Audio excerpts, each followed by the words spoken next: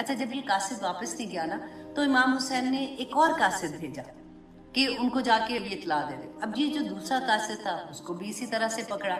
जब उसको किले के ऊपर ले जा रहे थे ना, तो ऊपर जाके उसको फेंकने से पहले उसने चीख के एकदम से कहा कि लोगों, इमाम हुसैन पहुंचने वाले हैं, तुम लोग तैयार हो जाओ। अब करबला के मैदान में इमाम हुसैन अपने खैमे लगाते हैं। इब्ने ज़ियाद ने जैसे उसको मुस्लिम बिन अकील का ये पता चला सबको, इसने उसी वक्त ना एक बंदा भेजा यजीद के पास कि मुझे आर्मी चाहिए, इमाम हुसैन ऐसे आ रहे हैं और उनके अगेंस्ट मुझे लगता है कि कोई हो सकता है कोई बड़ा वाकया भी हो जाए। तो इमाम हुसैन को मैसेज भेजा कि आप यहाँ पे क्यों आए, आपका मकसद मतलब क्या है यहाँ पे आने का।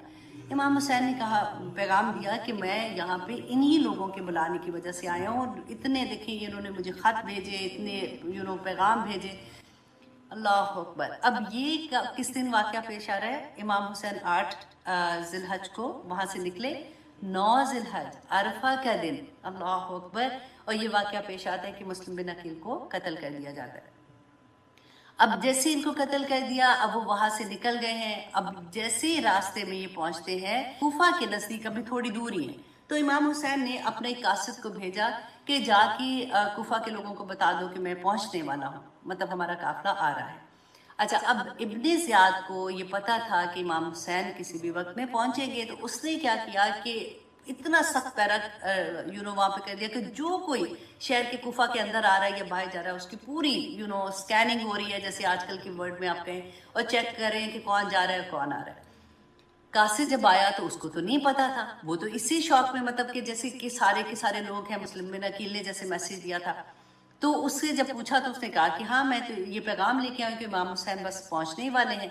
तो उसको पकड़ लिया, उसको भी इसी तरह से लोगों को इकट्ठा किया, ऊपर से उनको भी नीचे फेंका और उनको कत्ल कर दिया गया। अच्छा, जब ये कासिद वापस नहीं गया ना, तो इमाम हुसैन ने एक और कासिद भेजा कि उनको जाके ये इत्तला दे दे। अब ये जो दूसरा कासिद था उसको भी इसी तरह से पकड़ा। जब उसको किले के ऊपर ले जा रहे थे ना, तो ऊपर जाके उसको फेंकने से पहले उसने चीख के एकदम से कहा कि लोगों, इमाम हुसैन पहुंचने वाले हैं, तुम लोग तैयार हो जाओ। अब वो नहीं पता था कि सारे के सारे लोग इतने बदल गए हैं। उसको ये था कि इब्ने ज़ियाद ने ऐसे करा है, लेकिन लोगों को मैं इन्फॉर्म कर दूं ताकि ये लोग अपनी तैयारी कर लें। उसको भी कत्ल कर दिया गया। अब क्या हुआ था कि इमाम हुसैन करबला के बिल्कुल पास हैं। इब्ने अशर जो उनको पकड़ने आया था मुस्लिम बिन अकील को, और इब्ने अशर ने ही वादा किया था कि ठीक है मैं आपका पैगाम जो है इमाम हुसैन को दे दूँ, पहुंचा दूंगा। तो इब्ने अशर का जो कासिद है वो इमाम हुसैन को मिला, वो निकला वहां से किसी भी बहाने से, और उसने जाके जब उनको मुस्लिम बिन अकील का बताया कि उनको कत्ल कर दिया गया है, लोगों को इस तरह से डरा धमका के, और ये सिचुएशन हो गई है और लोगों को रास्ते से हटा दिया गया है, और अब कोई वहां पे ऐसा नहीं है जो आपका साथ देगा। अल्लाह अकबर। इमाम हुसैन को पता चल गया कि ये तो सारी बाजी ही उलट गई है। अब इमाम हुसैन चाह रहे थे कि वो वापस चले जाए, लेकिन मुस्लिम बिन अकील के बेटे और उनके भाई वो भी इमाम हुसैन के साथ थे क्योंकि वो अहले बैत में से थे। तो उन्होंने ये कहा कि नहीं, हम अब वापस नहीं जाएंगे, हम अपने भाई और अपने बाप का बदला लेंगे।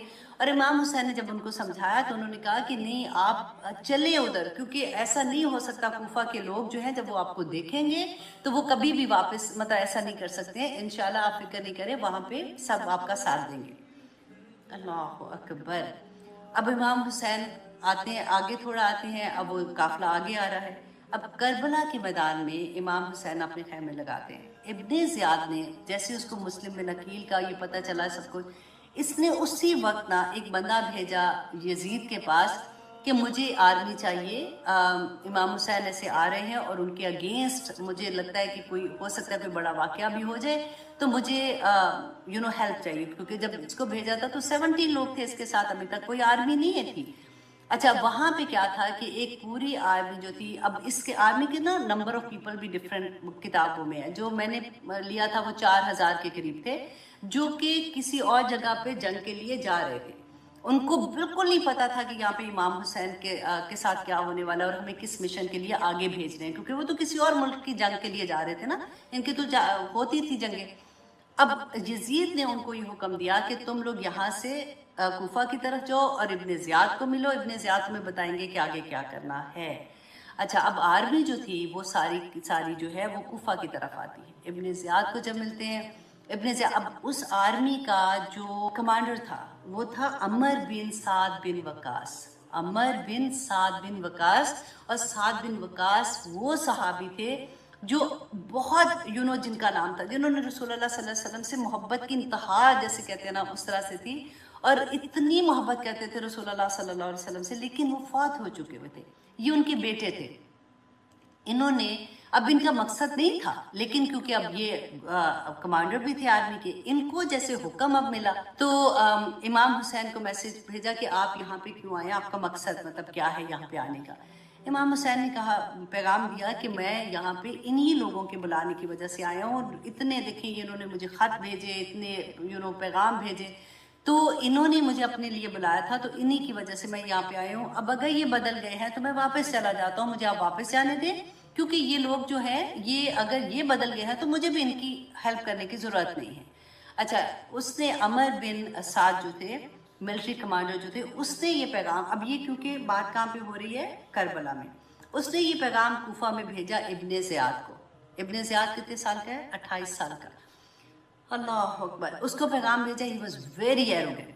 उसने कहा कि नहीं, बिल्कुल भी नहीं, या तो उनको कहो कि बैत करेंगे या फिर मैं इनको ऐसे वापस नहीं जाने दूंगा। और उसके बाद उन्होंने जब पैगाम लेके इमाम हुसैन को ये पैगाम दिया, इमाम हुसैन सेड के मैं 3 चीज़ें आप लोगों के सामने रखता हूँ। नंबर 1 ये कि आप मुझे वापस जाने दें, मैं कोई मतलब लड़ाई नहीं करना चाहता हूँ, मैं कुछ नहीं करना चाह रहा हूँ, मैं इस मकसद के लिए आया भी नहीं हूँ, मैं वापस चला जाता हूँ। अगर तुम मुझे वापस मक्का नहीं जाने देते हो तो नंबर 2 कि मुझे यजीद के पास ले जाओ, मैं यजीद से जाके खुद बात करना चाहता हूँ कि जो भी उनके अपने कंसर्न थे। अगर तुम मुझे यजीद के पास भी नहीं लेके जाना चाहते हो तो तीसरी ये बात है कि मुझे फिर तुम मैं कहीं भी चला जाता हूँ और मैं अपने खानदान के साथ वहाँ पे अपनी ज़िंदगी गुजारूंगा और मैं इबादत करता रहूँगा। तो ये तीनों चीज़ों में से जो भी तुम कहोगे मैं मानने को तैयार हूँ। अल्लाह अकबर। कहते हैं अमर बिन साद जो है ना वो खुश हो गए इस बात से, उन्होंने कहा कि चलो ये मामला यहाँ पे ख़त्म हो जाएगा। जब वो पैगाम लेके इब्ने ज़ियाद के पास गए, इब्ने ज़ियाद ने कहा कि बिल्कुल नहीं, मुझे कोई बात नहीं सुनी, या बैत करेंगे या फिर उनको जंग उनके साथ करनी पड़ेगी। और उसके साथ उसने शिमर को भेज दिया, अनदर जालिम। अब ये है 9 मुहर्रम का वाक़या, ठीक है। 9 मुहर्रम को जब पता चला इमाम हुसैन को कि कोई बात मानने को तैयार नहीं है और अब कोई और रास्ता नहीं है, तो 10 मुहर्रम को सुबह के वक्त में आप देखें कि कितने लोग थे वहाँ पे।